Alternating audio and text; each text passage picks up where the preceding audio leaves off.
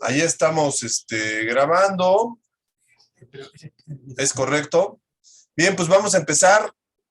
Hoy es martes 1 de marzo del 2022.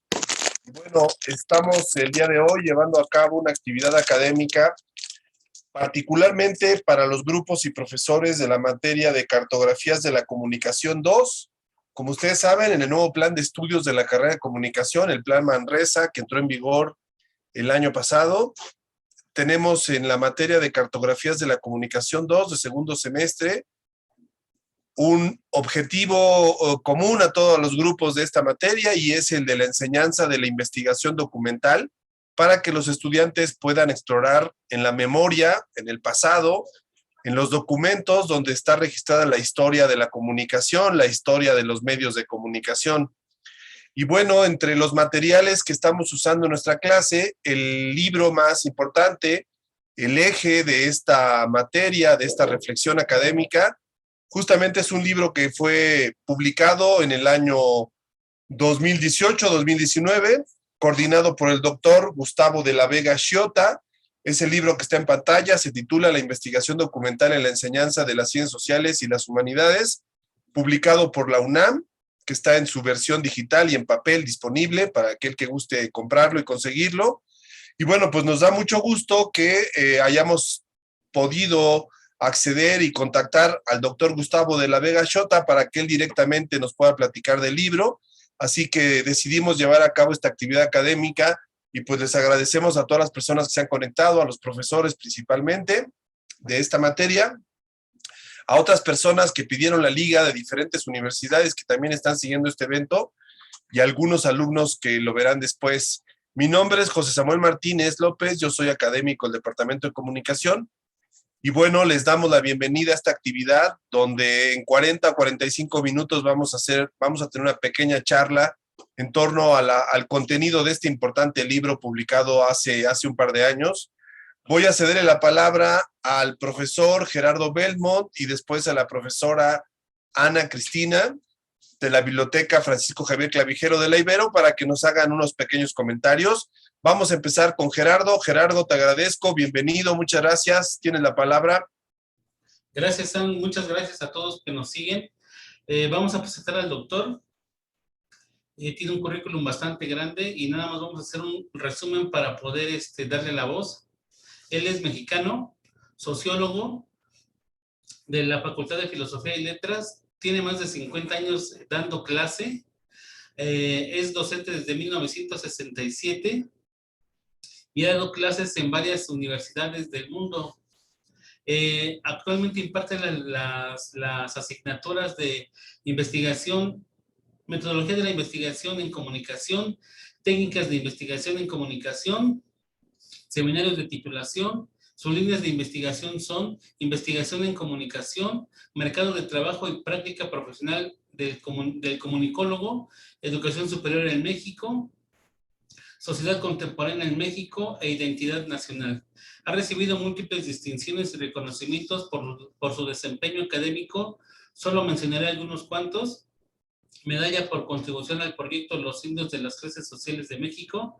Ha recibido en diversas ocasiones la distinción al mérito universitario, el reconocimiento por parte de la UNAM por el trabajo docente dentro del área de extensión universitaria en favor de la recepción profesional, reconocimiento del Colegio de Sociólogos de México por el trabajo de planeación y dirección académica en los talleres intensivos sobre diseño de investigación social, premio de docencia universitaria, y homenajeado en distintos momentos por la Facultad de Ciencias Políticas y Sociales. Anita. Pues es un honor tenerlo aquí, don Gustavo, muchas gracias por acompañarnos. La doctora Ana Cristina, ¿está por ahí? Sí, aquí estoy, nada más que tuve un problema con mi máquina, pero aquí estoy en el teléfono. Te escuchamos muy bien. Si quieres hacer algún tipo de comentario o reflexión desde tu área de especialidad, la bibliotecología. Sí, primero agradecer la visita del doctor. nos sentimos muy honrados de esta visita porque el libro, si bien es cierto, vaya, es un tema que muy común, muy usual en las universidades, la investigación documental. Sin embargo, la característica de este libro es que no es propiamente la técnica, sino un pasito antes, lo profundo de conocer cómo se conformaron todas estas instituciones donde encontramos no solamente libros y archivos, que es la tradición, sino también registros sonoros, cine, fotografía, etcétera. Y yo creo que ese es el punto medular del libro. El investigador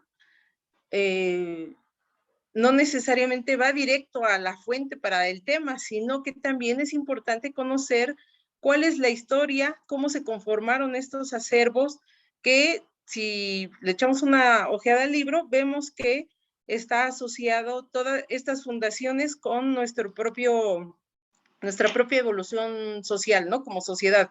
Entonces, yo creo que ese es el valor con datos, pasajes, procesos que se narran ahí.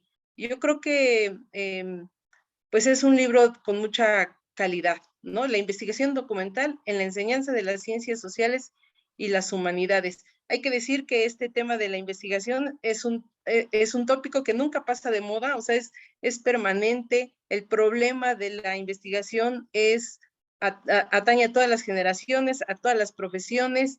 Y bueno, pues bienvenido, doctor. Ay, ayúdenme, por favor, porque no tengo no puedo ver mi pantalla.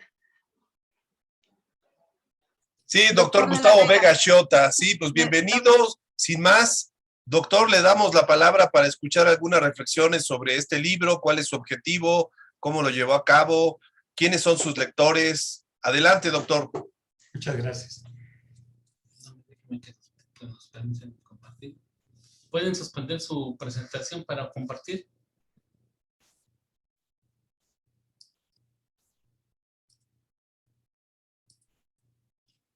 ¿Ahí se puede? ¿Ven bien? Sí, ya está. Gracias. Adelante. Bueno, pues, en primer lugar, los saludo a todos, académicos y alumnos de esta universidad tan prestigiada, a quien yo he admirado siempre. He platicado con los profesores desde que estaban por el rumbo de Churubusco. Yo sabía de la existencia y algunas veces hasta fui jurado en exámenes profesionales y la estimo mucho. Hoy veo un edificio precioso, muy bien cuidado, estudiantes bien educados para conservar su sitio donde aprenden. Yo les voy a platicar sobre el libro de la investigación documental, la enseñanza, específicamente en el área de las ciencias sociales y las humanidades. Les voy a platicar el origen y por qué lo decidimos impulsar. En primer lugar, todas las universidades periódicamente deben revisar sus planes de estudio, o sea, los propósitos, los objetivos, las formas, cómo educar, cómo enseñar. En la Facultad de Ciencias Políticas, esto lo hicimos pues periódicamente a través de algo que son las organizaciones de los profesores, en algunas veces a través de coloquios, otras veces cursos intersemestrales, etc. ¿Por qué platico esto? Porque también a los profesores debemos aprender. Nunca hay el conocimiento completo.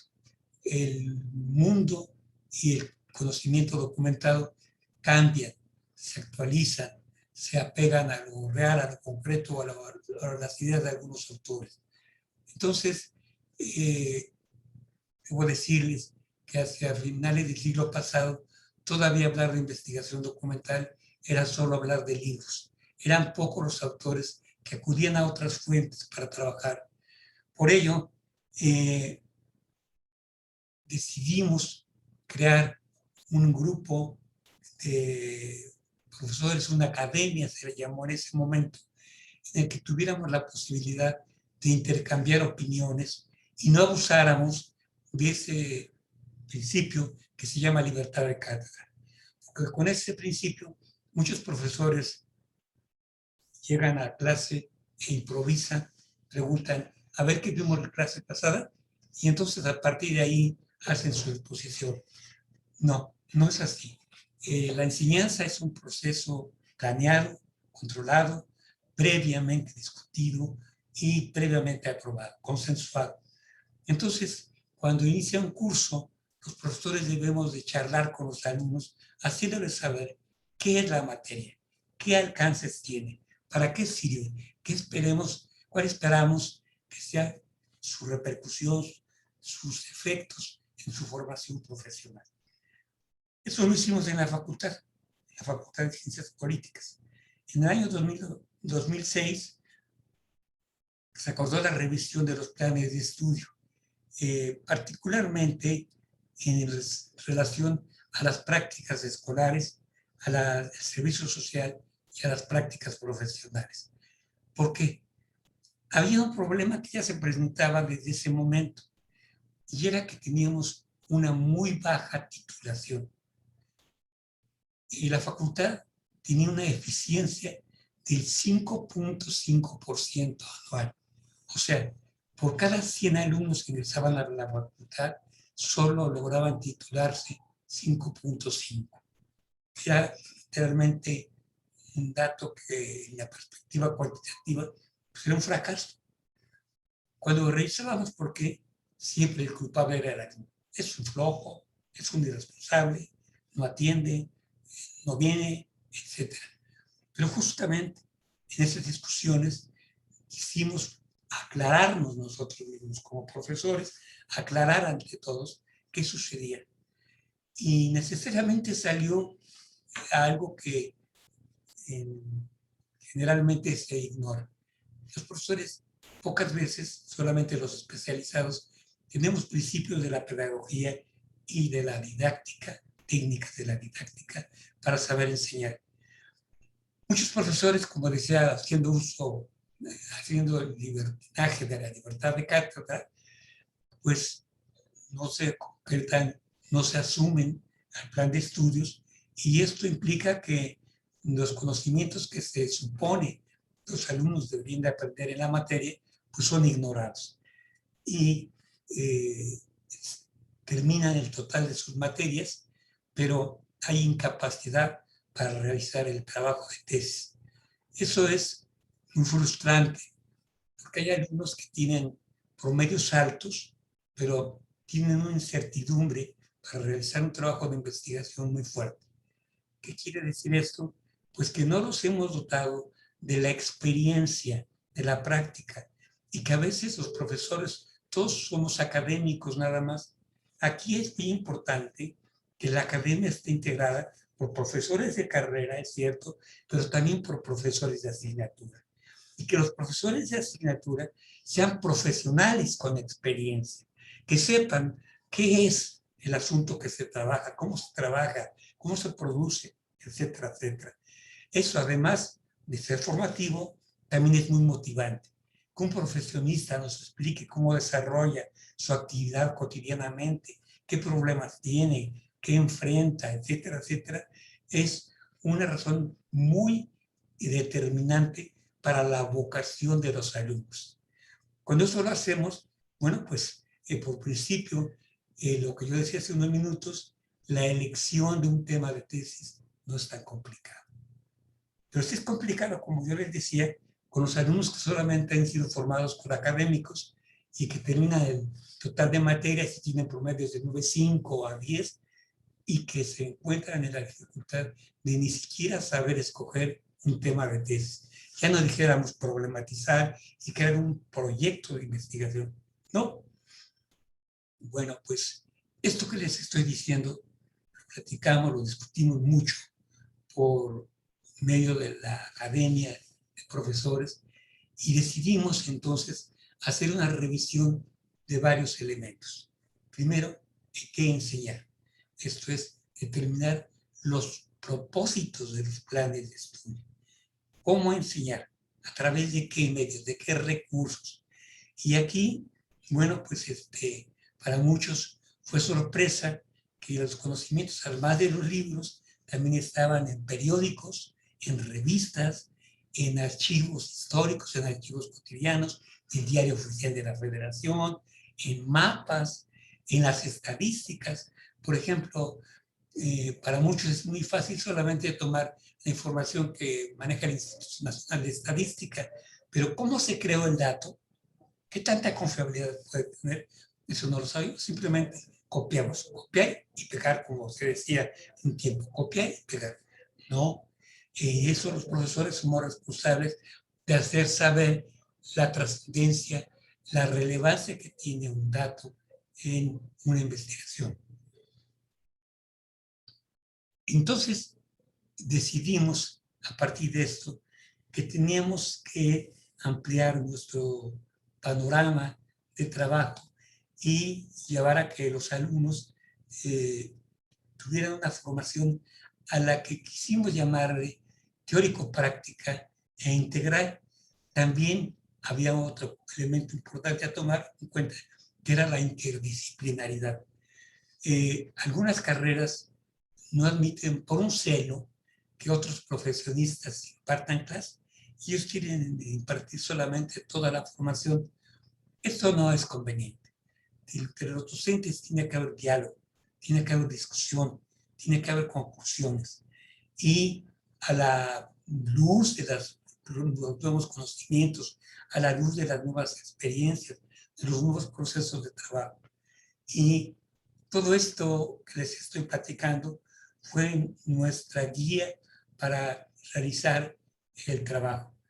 Ese trabajo de revisión de planes de estudio, que logramos concluirlo y que generó, pues primero que nada, cierta incertidumbre entre la comunidad, los profesores y estudiantes.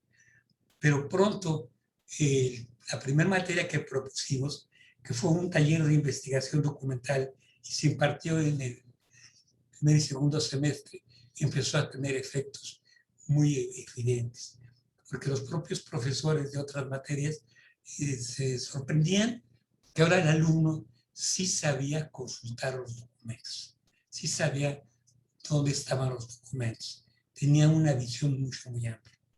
Eso que les platico sucedió en un momento en que la tecnología también había tenido un desarrollo impactante.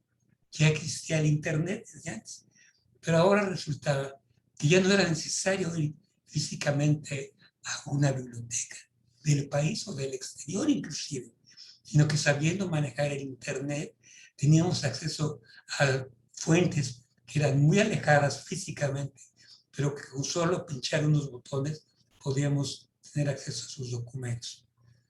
Bueno, los efectos se empezaron a sentir como favorables y cuando surgió la primera generación tuvimos una evaluación. A partir de eso decidimos que el evento tenía que compartirse con los profesores del resto de comunicación de los sistemas escolarizados y abiertos. Pero yo hice una propuesta más amplia. Dije que eso lo teníamos que compartir con el resto de la facultad e inclusive de otras escuelas y facultades. Y así fue como creamos en los primeros 10 años de este siglo un evento que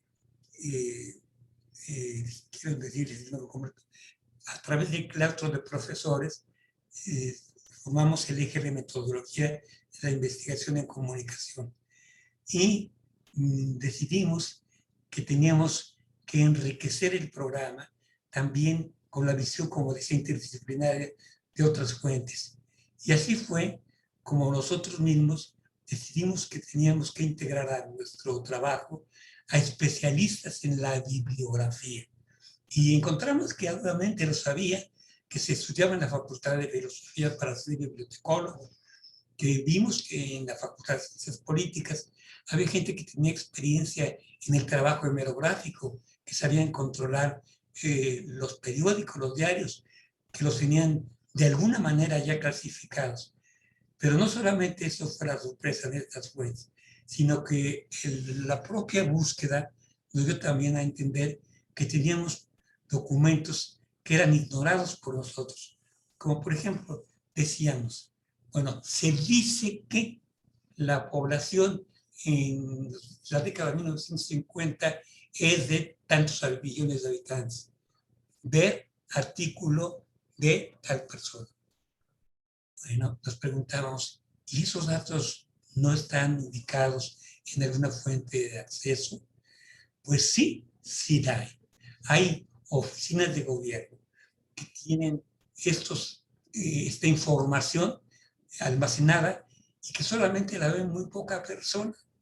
Bueno, pues entonces decidimos que teníamos que integrar a los archivos, al Archivo General de la Nación, por ejemplo, y decidimos que teníamos que ver los documentos completos del gobierno y vimos el diario oficial de la Federación. Fueron sorpresas muy impactantes, muy agradables, y bueno, en cada una empezamos a hacer contacto con los especialistas.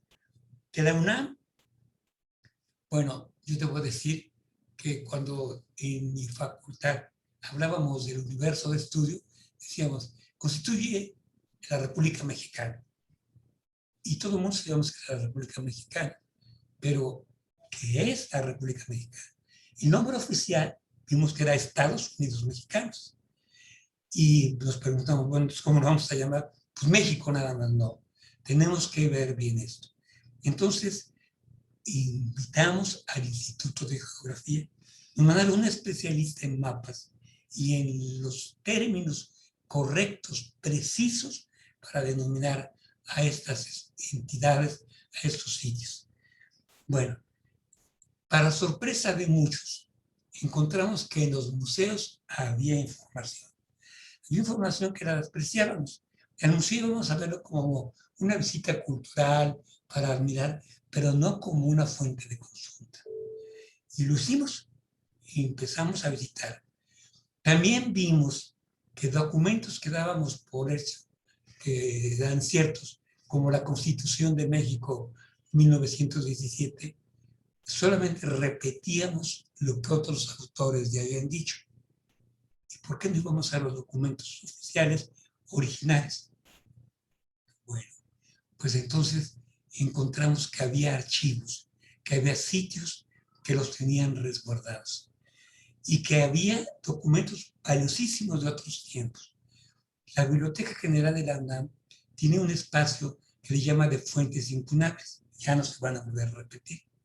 Y durante mucho tiempo, hasta la primera década del siglo XXI, no eran accesibles para cualquier persona. Eran accesibles para quien llevaba cubrebocas, quien llevaba guantes, y era prohibido toser frente al documento, y era muy demandado, tener mucho cuidado para pasar las páginas, obviamente nunca meterse el dedo para darle vuelta a la hoja, etc. Pero ya avanzaba una tecnología que la biblioteca nos dio como sorpresa. Toda la información que estaba resguardada en esos espacios iba a ser digitalizada. Entonces, ahora, en muchísimas bibliotecas del mundo, en muchísimos sitios donde hay información, está digitalizada. Yo diría, por ejemplo, en esta pandemia que estamos viviendo, pues podemos acudir y consultar documentos que en otros momentos se nos hubiera hecho imposible. Ahora no, podemos acceder a través de esos documentos. Justamente en el libro, una compañera egresada de comunicación se dedicó a estudiar para ella un contacto inicial formal, estas fuentes virtuales. Y bueno, ahora para los jóvenes que tienen tanta experiencia en el manejo de las tecnologías, pues son fuentes que están a su alcance y que la mayoría de ellas no son de costo, entonces es formidable esto. Bueno, pues eso fue como la historia con la que hicimos contacto con los especialistas. Y con esos especialistas, entonces yo propuse que la UNAM nos patrocinara un evento, que fue el curso que se llamó La investigación documental y la enseñanza de las ciencias políticas y sociales. Y creamos un curso que se repitió varios años. en el que en principio estaba destinado para ciencias de la comunicación en sus dos sistemas, escolarizado y abierto, pero que también estaba abierto para otros muchos compañeros de otras partes que también podían tener interés en formarse. Y así iniciamos el curso. Con los profesores empezamos por revisar la formación metodológica y dábamos por entendido que entendíamos que la investigación documental es una técnica, pero que esta técnica es parte del trabajo de la metodología que se va a seguir, que se diseña para operar, para poder descubrir, consultar, medir, comparar, etcétera, a un asunto, y que luego de explicarlo con el uso de la teoría, es cuando iniciamos un acercamiento para ver sus causalidades, etcétera. Vimos que de muchas cosas teníamos un conocimiento, y que ese conocimiento era el sentido común, o conocimiento ordinario, pero que también había el que era el legítimo, el reconocido, el avalado, que era el conocimiento científico. Decidimos no excluir al sentido común y al conocimiento ordinario, porque de él tenemos mucha información, pero esa información hay que sistematizarla, hay que exponerla en forma articulada. Y bueno, entonces a los profesores les hicimos saber que el conocimiento científico está integrado por el conocimiento cotidiano, pero de igual forma por el conocimiento científico ya logrado, acumulado por otros autores.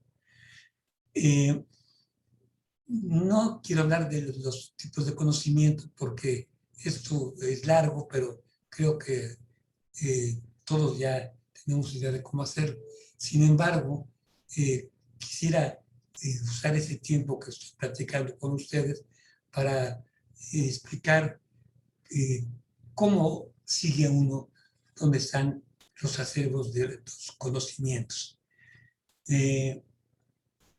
Muchos autores, entre él, Paul Outlet, nos dice que el documento es un testimonio material de un hecho o un acto realizado en el ejercicio de sus funciones por instituciones, por personas físicas, jurídicas, públicas o privadas, y que se resguarda en alguna forma de soporte, que es desde el papel, la cinta, los discos magnéticos, las fotografías, etcétera, o la lengua natural o convencional.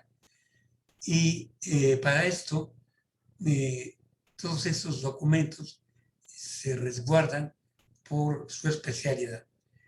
Aquí yo decidí pues hacer un aporte. Cuando decimos a un alumno que tiene que hacer una búsqueda, decimos que esto se llama una bibliografía inicial. Y eso se usó durante mucho tiempo. Cuando yo estudiaba en los 60, entonces ya tienes tu bibliografía inicial, o sea, cuáles eran los libros que hablaban del tema que yo voy a trabajar. Con el paso del tiempo, ya a finales del siglo XX, por los 90, se creó en Europa un término que fue el estado de arte o el estado del arte. Hay diferencias sobre el tema de estudio. Solo que en el estado del arte hay una exigencia. Se dice que debe ser las publicaciones que han aparecido en los últimos años. Y hay autores que dicen que los últimos años son 5, y hay autores que dicen que son 2. Cuando yo empecé a revisar estos criterios, yo pues estuve en desacuerdo con ellos. ¿Por qué? Porque cuando yo hice un primer trabajo sobre la libertad, me empecé a preguntar quién había reflexionado en un principio sobre ello, quién había llegado a su mente y había cuestionado, y lo había visto con una perspectiva más amplia, más trascendente. Mi sorpresa fue que fue Platón, y me encantó volver a leer a Platón. Pero ahora no lo leí como lo leí en la preparatoria, ahora lo leí con otras perspectivas, y aprendí a hacer algo que ciertamente pues hacíamos todos.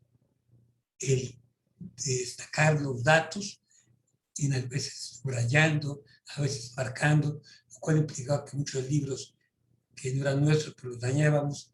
Pero bueno, y cuando surgieron las fotocopias, lo hacíamos en las fotocopias. Estos datos yo revisé y correspondían justamente a la revisión documental, pero como decía, al ver que había datos que correspondían a otros momentos, a otros autores, no era un estado del arte. Y yo me atreví a crear una palabra que es el arqueo documental. Arquear es hacer una revisión. Y esto fue muy bien recibido en otros países, como la Universidad de Oxford, que me dijeron que tenía razón. Era un arqueo documental el que se tenía que hacer y que no tenía que ser una información que se buscara solamente de los últimos años, que obviamente esa información tenía que ser tratada, pero que cuando el alumno dice, yo voy a hablar sobre migración, bueno, empieza por ver qué es la migración, el concepto, empieza por ver el origen de la migración, los tipos de migración, las funciones que ha tenido la migración, y esto lo vas a poder hacer haciendo una revisión de los documentos. Ahora tú ya sabes que no solamente está en libros, que ya te hemos platicado que hay muchas otras fuentes donde puedes verlo. El término arqueo documental, entonces, es un aporte porque nos permite examinar archivos informativos que son riquísimos y que cumplen la función de ubicar primero al investigador y luego a su lector en un contexto conceptual, en un concepto integral acerca de lo que él está realizando. Si estuviéramos en tiempos del siglo pasado, yo le diría, es complicadísimo esto, la verdad, uno se aburre y hay quienes tienen 10 años haciendo tesis y no acaban de hacer. Hoy no, compañeros. Hoy, como decía yo, los buscadores electrónicos, el Internet, nos permite hacer búsquedas rapidísimas. En las últimas clases que yo di, en 2018, estoy jubilado, yo les pedí a los alumnos que hicieran las búsquedas con estos recursos. Bueno, teníamos decenas, para no decir centenas, de documentos. Bueno, ahora tenemos que tener criterios. ¿Quién es el autor? ¿En dónde escribió el documento? ¿Para qué lo escribió? Y eso nos permitía valorar la información, los conceptos, los autores, etc. A todo eso yo le llamo arqueo documental y permite que el investigador haga un recuento de todo lo que se hace y pueda iniciar de una manera sólida su trabajo. Ya cuando yo ya tengo un capítulo hecho sobre lo que es la migración, sus modalidades, sus variantes, sus alcances, etc., digo que, eso lo decimos en la academia, teóricamente ya sabemos de qué se trata. Ahora sí, yo puedo pasar a otra fase. Y preguntarme, ¿dónde quiero ver la migración? ¿En el tiempo actual? ¿En qué parte del mundo? ¿En la República Mexicana? Claro, no quiero ver en toda la República Mexicana, en todos los Estados Unidos mexicanos. ¿En dónde? Esto ya es la delimitación de lo que puede suceder. ¿Dónde y cuándo? Todo ello nos lleva a que tengamos confianza de que hemos hecho un buen recuento de la información. Yo les diré que con la experiencia que nos daba el trabajo, concluí que los componentes de un arqueo documental son saber sobre el autor, brevemente. Y eso lo encontramos en la misma publicación, la presentación que hicieron hace unos momentos sobre mi persona. Ya verán, ya sabrán que soy sociólogo, que me era de trabajo en la metodología de la investigación. Eso es suficiente para que sepan quién está hablando. Bueno, el autor. Luego el título. ¿Qué significado tiene el título? el título tiene que ser significativo, tiene que ser representativo. ¿Sí? Este es un trabajo individual, colectivo. ¿Dónde se hizo? ¿En qué país? ¿Qué formación académica tienen los autores? ¿Qué experiencia tienen? ¿Sí? ¿Solamente son académicos o son también personas que han ejercido la profesión? ¿O son profesionistas que vienen como profesores de asignatura a compartir sus experiencias en un marco educativo? El proyecto tenemos que tener, con esta información que hemos logrado, ya la visión de poder crear un problema de investigación. Los metodólogos llaman plantear un problema, tener una hipótesis. ¿Cuáles son las razones por las que yo hago el trabajo? ¿Qué justifica mi trabajo? Y también, ¿qué propósitos tengo? Bueno, estos elementos del proyecto nos llevan a plantearnos propósitos que son alcanzables, porque resulta que muchas veces cuando somos jóvenes, sobre todo, nos proponemos cambiar el mundo. Y esto luego resulta una decepción y tenemos 10 años haciendo la tesis y nunca la acabamos. ¿Por qué? Porque no hicimos un proyecto que fuera racionalizar, que nos permitiera medir, valorar efectivamente qué tipo de problema planteábamos, con qué hipótesis, cuáles eran las razones, motivos, e igual, cuáles son los objetivos del trabajo. Tenemos que ser prudentes a nuestro alcance. Cuando yo asesoraba tesis, decía la alumna, a ver, estás planteando demasiado. ¿Tú tienes idea cuándo te va a llevar esto? A ver, dime el primer objetivo, ¿qué buscas? Explícamelo, precísamelo. Entonces, no creo que sí me estoy mandando, me parece que sí te estás mandando. A ver, mejor, más poco, pero más profundo. ¿Cómo ves? Así hacíamos. Luego, también las perspectivas metodológicas. Hay que decir, no, yo voy a medir el hambre en México. ¿Qué es México? Bueno, pues toda la República Mexicana. ¿Cómo lo vas a hacer? ¿Vas a visitar mexicano por mexicano? No está difícil, ¿verdad? ¿Vas a visitar todos los estados? Uy, más o no me la pongas así. Bueno, yo te pregunto, ¿dónde vas a trabajar? Entonces se va delimitando el objeto de estudio en tiempo, en espacio, etc. Y eso implica que tenemos una perspectiva metodológica. Va a ser un trabajo cuantitativo, va a ser un trabajo cualitativo, etc. Después, ¿cuáles son las técnicas de investigación que vamos a emplear? ¿Cómo planeamos procesar la información? Y finalmente, pues, ¿qué conclusiones tiene esto? Pero yo ahí siempre le digo a los alumnos, cuidar, que tus propuestas sean alcanzables, sean lógicas.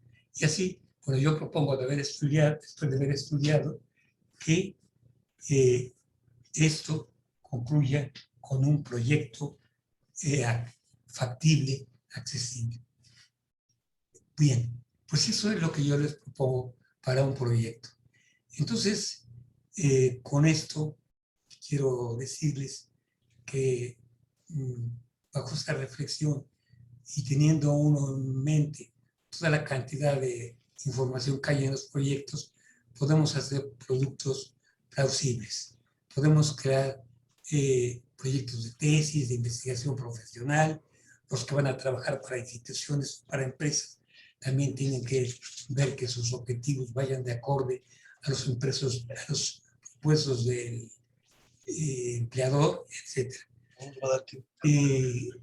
Diré que eso es todo, solamente vuelvo a insistir, sobre todo para los jóvenes. Sean ustedes un tiempo en que la documentación electrónica es realmente impresionante. Hoy, en estas épocas de pandemia, podemos hacer búsquedas a distancia, desde nuestra propia casa, desde algunos lugares, sin necesidad de acudir a los sitios. Entonces, privilegiar a los jóvenes que viven en este momento con tantos recursos a su alcance que les van a permitir encontrar en información electrónica libros, informes científicos técnicos, informes de organizaciones públicas, actas de congresos, normas, documentos, boletines, catálogos, directorios, atlas, guías, memorias, etcétera, etcétera, etcétera. Pues esas son las fuentes que yo propongo que veamos. Muchas gracias. Excelente, muchas gracias, doctor, por sus reflexiones. Creo que estamos de acuerdo en la importancia que tiene pues, el proceso de investigación en los documentos, en las fuentes documentales. Fíjese que había varias preguntas, pero bueno, como el tiempo es escaso, quizás solo le haremos un par de todas las preguntas que había ahí entre los profesores. Muy bien. La primera quizá tiene que ver con el tema de ¿cuál de estas fuentes o recintos de documentales que ustedes trabajaron durante estos años en este libro es la que los alumnos de la UNAM no trabajan tanto o la olvidan más? ¿Cuál tipo de fuente documental es la que menos consultan? A pesar de que todas son igual de relevantes. Usted decía los museos, las fotografías, el diario oficial, las estadísticas, ¿no? Obviamente la hemerografía, pero en su experiencia, ¿cuál de todos este tipo de acervos es el más olvidado? En la Facultad de Ciencias Políticas son los archivos. Cuando les decimos esto hay que verlo en su historia, pero pues es que no hay pocos autores, no. Hay archivos, el Archivo General de la Nación, archivos por instituciones, en las universidades, etcétera, etcétera. Y cuando los mandamos a que lo vean, se sorprenden realmente de la riqueza que tienen los archivos. Mire, y la segunda pregunta, varios profesores preguntaban, ¿existen materiales audiovisuales, ya sea videos o no sé si películas, sobre los diferentes recintos o acervos de la UNAM? Por ejemplo, algún documental o película que usted nos recomiende sobre la Biblioteca Nacional, sobre la Hemeroteca Nacional, sobre la Fonoteca Nacional, la Fototeca Nacional, el Archivo General de la Nación. Sí hay bastantes. La Escuela de Cine, la Escuela de Cine de la UNAM, tiene un acervo fílmico muy completo, muy interesante. La Filmoteca también lo tiene. Esto que está por Churubusco, la Cineteca Nacional. O sea, hay una diversidad de fuentes con este tipo de documentos que se consultan poco. Yo, por ejemplo, me sorprendí. Yo hice una película que se llama Nace una cooperativa, donde registré el proceso de trabajo y estaba en 16 milímetros blanco y negro, la hice en 1970, y pues yo la daba por inexistente ya. Y un día me llegó a mi correo electrónico un comunicado que me invitaban a hacer una plática en Guadalajara sobre la cooperativa. O sea, porque nos gustó mucho la película que usted hizo. Y perdón, ¿y ustedes cómo vieron la película? No, pues está en la Filmoteca. Está en la Filmoteca, sí. Ahí. Mire, qué buena historia. Por curiosidad ya fui a ver la Filmoteca y pues sí. ¿Cómo las consiguen? Ya hay convenios entre las instituciones de intercambio de fuentes. Entonces van repitiendo las propias. Y en el caso de la Filmoteca de la UNAM, actualizarlas inclusive, porque como decían, mi película era de 16 milímetros, yo ya no está así en forma de película de 16 milímetros, o ya está digitalizada. Muy bien. No sé, Gerardo o Ana, si quieran hacer algún comentario o reflexión. No, o pregunta. Sí, yo sí. Adelante, Ana, te escuchamos. Un poco pensando en esta explosión de tecnología que ya se ha hablado aquí y en otros momentos, doctor de la Vega, ¿usted cómo convence a los muchachos? ¿Qué les diría para decir, sí tenemos tecnología, pero estas fuentes nunca perderán su vigencia, nunca perderán su importancia? ¿Cómo les diría eso, doctor? Mire, yo tengo una estrategia y yo hago que el conocimiento sea algo afectivo, que sea algo hasta amoroso, tanto en las prácticas escolares, en contacto con la realidad, hacía que yo les llevaba, por ejemplo, a un tiradero de basura. Y había muchachos que lloraban, y decían, ¿por qué es que yo no sabía que así es la pobreza. Ahora la he visto, la he olido, la he percibido. Entonces era muy impactante. Y decía, bueno, pues ahora sabes qué es la pobreza, para que no nada más me repitas lo que dice Merton acerca de la pobreza, sino que veas que tiene una parte viva en concreto. Lo mismo hago con los libros. Y de los libros que revisaste, ¿cuál vas a leer primero? ¿Cuál te llama la atención primero? Entonces, ellos me decían, yo les ayudaba a evaluarlos. Y les decía, ¿por qué no empiezas por este, que es el más general, que es el más teórico, que es el más amplio, etcétera? Para que vayas entrando, porque si tú tomas uno muy específico, muy concreto, en algún caso, quizá te haga falta un bagaje de sostén amplio. Lo ven y me decían cuando voltean a rezar, como, fíjese que sí me funcionó, bueno, pues qué bueno, me da mucho gusto, te felicito, se sentían muy satisfechos con su trabajo. Entonces, yo los induzco así y me ha dado a mí el resultado. ¿Hay alguien que quisiera hacer algún comentario o alguna pregunta para el doctor Gustavo? Entre los alumnos o profesores. Eduardo, adelante. Sí, hola, ¿qué tal? Muchas gracias, doctor, por la plática, muy interesante. Mi pregunta es más bien relativa a lo que hemos visto en los últimos 2 años con respecto al asunto de la pandemia y las instituciones que muchas de ellas tuvieron que cerrar y que contienen pues todos los documentos tan relevantes para nuestra sociedad que ha comentado a lo largo de esta charla.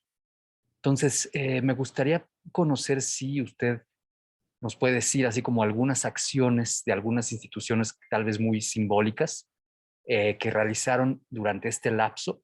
Yo sé que ahorita ya se están reabriendo, pero que realizaron durante estos últimos 2 años con la intención de seguir manteniendo sus, digamos que su lazo con la sociedad y de que haya conocido casos de éxito en donde ahora tal vez la gente conoce más de la institución y se siente más cercana a la institución de lo que se sentía antes. Muchas gracias. Sí, cómo no. Yo podría hablar de mi casa, mi institución, que es la UNAM. Y de ahí me voy a permitir hacer una selección. Mi hija es la secretaria académica del Programa Universitario de Estudios Asia-África. Hoy trabaja mucho más que cuando estaba en forma presencial. Empieza reuniones de trabajo a las 9 de la mañana y son las 3 de la tarde y siguen reuniones. A las 4:30 de la tarde está otra vez trabajando y hay veces que a las 9 de la noche sigue trabajando. ¿Cómo trabaja? Cuando tiene reuniones de trabajo con el equipo, con los investigadores, con los profesores, pero también dan cursos abiertos. Y esto ha hecho que el programa crezca. Hay veces que tienen como invitados a través de Zoom a embajadores, a investigadores de instituciones japonesas, chinas, coreanas, etc. Y esto, bueno, pues resulta muy interesante porque resulta que, por un ejemplo, que en Japón también hay estudiosos de la migración y hablan inglés. Eso sí, ese es un problema. No todos hablan nuestra lengua. Pero bueno, en algunos casos se complica por el idioma, pero hay intercambio. Y empezaron con cursos, por eso estoy mencionando, donde había 7 personas. Ahora el promedio de asistentes es de 90 personas. Entonces ya está muy abierto, muy legitimado.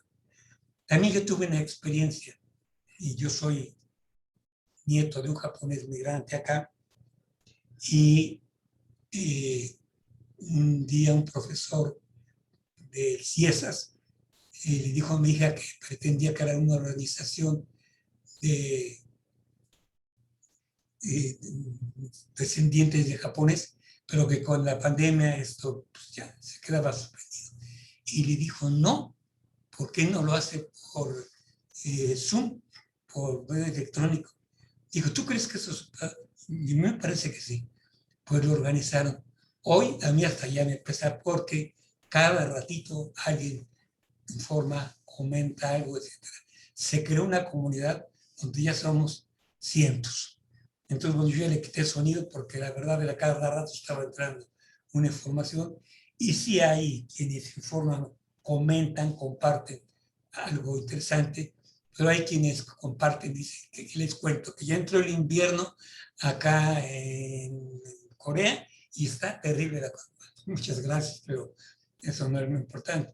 Pero sí, también hay quienes nos dicen, les quiero mostrar este libro que apareció, que nos habla como fueron los primeros migrantes a México, y fue en Acapulco donde llegaron. Eso sí no lo sabían. Sí, sí, está. Entonces, bueno, yo encuentro que la pandemia no todo ha sido negativo, que ha habido algunos aportes y que debemos de saber aprovecharlos. Que esto que ahora es virtual, yo prefiero, lo digo sinceramente, el contacto personal. Se me hace afectivo, se me hace vivo. A mí me encanta. Ayer cuando le explicaba al maestro que no podía comunicarme por Zoom porque no estaba mi hija, que era la que me conectaba, y me dijo, bueno, existe la posibilidad de que vaya a Ibero. No, claro que yo voy a Ibero, porque voy a conocer la Ibero, porque voy a conocer a sus profesores. Entonces, bueno, sí, para mí, el contacto es algo que no tiene comparación con lo virtual, pero pues debo entender que también las condiciones nos ofrecen esta alternativa y que no se ha suspendido el trabajo.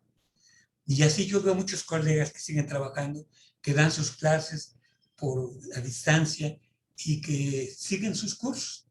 Y pues yo digo, bueno, pues eso es la ganancia que ahora aprendimos, porque antes nos rehusábamos. Por ejemplo, en el sistema abierto iban profesores que eran los que no habían sido aceptados en el escolarizado, porque como era a distancia, era cada 15 días de la clase, era como los de segunda, pero ahora todos hemos tenido que aprender. Entonces me parece que es una ganancia. Ahora está revalorado el profesor del sistema a distancia y pues eso es lo que yo encuentro de aporte a la pandemia. Muchas gracias. Muchas Muchas gracias. gracias. ¿Algún comentario o pregunta más que quieran hacerle al doctor Gustavo? No, solamente si me lo permite, Sam, cerrar con un obsequio que le vamos a dar aquí de parte de todos nosotros, profesores, Departamento de Comunicación y Biblioteca. Muchísimas Permíteme, gracias. Mire, te damos este obsequio. Y clavijero. Sí. Claro. Muchas gracias, doctor, por su charla. Le agradecemos. Gracias, Gerardo, Ana, por el apoyo para este evento.